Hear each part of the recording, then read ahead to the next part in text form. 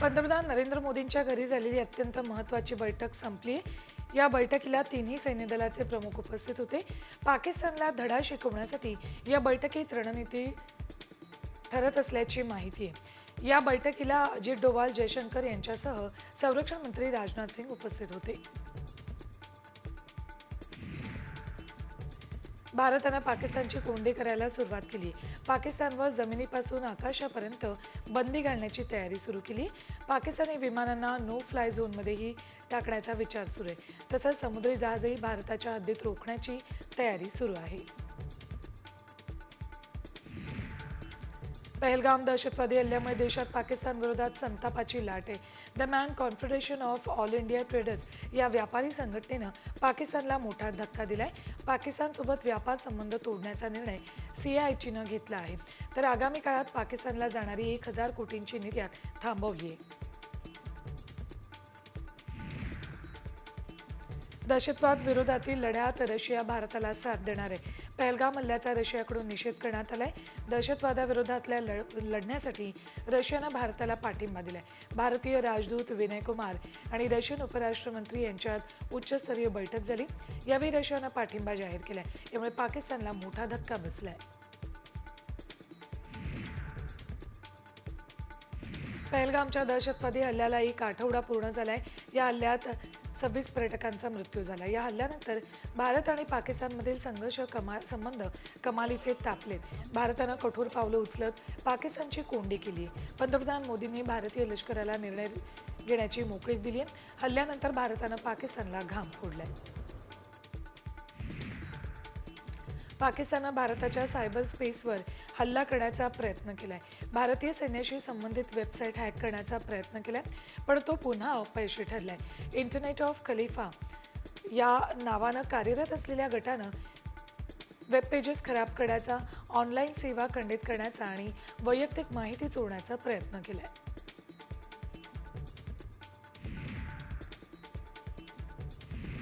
पाकिस्तानचे पंतप्रधान शहबाज शरीफ यांनी सर्व मंत्र्यांना चिथावणीखोर वक्तव्य करू नका अशी तंबी दिल्याची माहिती। पहलगाम हल्ल्याच्या पार्श्वभूमीवर पाकिस्तान सरकारनं तंबी दिली आहे।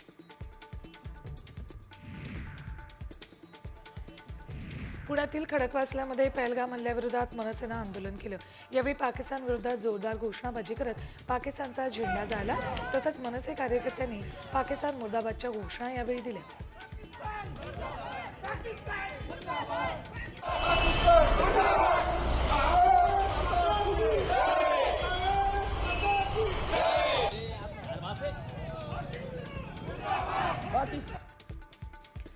कल्याणमध्ये पहलगाम हल्ल्यानंतर विनापरवाना वास्तव्य करणाऱ्या परदेशी नागरिकांवर कारवाई केली आहे। कल्याण परिमंडळ 3 मधील 6 बांगलादेशी नागरिकांची धरपकड करण्यात आली आहे। तर मागील 4 महिन्याच्या कालावधीत 36 बांगलादेशींवर कारवाई केली आहे। तसंच त्यांच्याविरोधात 17 केसेस दाखल करण्यात आल्याची माहिती पोलीस उपायुक्तांनी दिली आहे।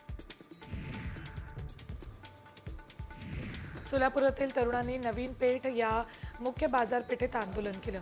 यावेळी तरुणांनी हिंदूंकडूनच खरेदी करावी अशा आशयाचे फलक झळकावणाऱ्या तरुणांविरोधात गुन्हा दाखल करण्यात आलेला आहे।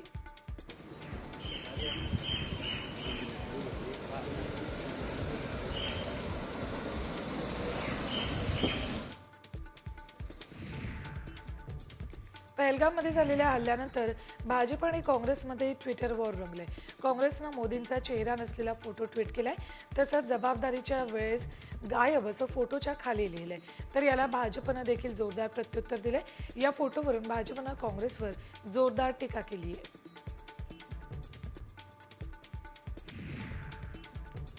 पहलगाम हल्ल्यातील मृतांच्या कुटुंबियांना 50 लाख रुपये अर्थसहाय्य देण्याची घोषणा करण्यात आली आहे। राज्य मंत्रिमंडळाच्या बैठकीत मुख्यमंत्री देवेंद्र फडणवीस यांनी ही घोषणा केली आहे। सोबतच महाराष्ट्रातील मृतांच्या कुटुंबियांचं शिक्षण आणि रोजगाराकडे राज्य सरकार लक्ष देणार आहे।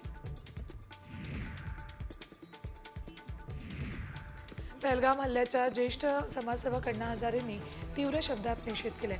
नाक दाबलं की तोंड उघडतं असं म्हणत सिंधू नदीचं पाणी थांबवणं ही कृती योग्य आहे असं अण्णांनी म्हटलंय।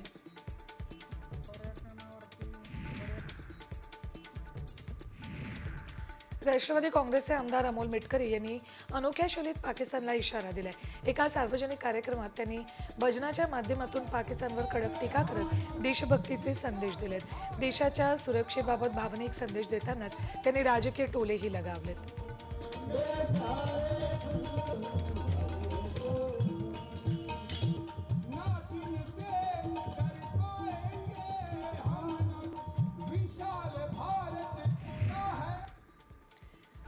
पुणे शहरात भाजप विरुद्ध काँग्रेस अशी बॅनरबाजी पाहायला मिळते.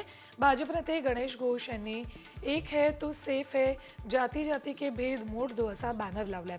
तर काँग्रेसचे सद्दाम शेख यांनी जुडेंगी तो जीतेंगे असं म्हणत बॅनर लावलाय. पाकिस्तानचा नायनाट हीच हुतात्म्यांना खरी श्रद्धांजली असा उल्लेख काँग्रेसच्या बॅनरवर पाहायला मिळतोय.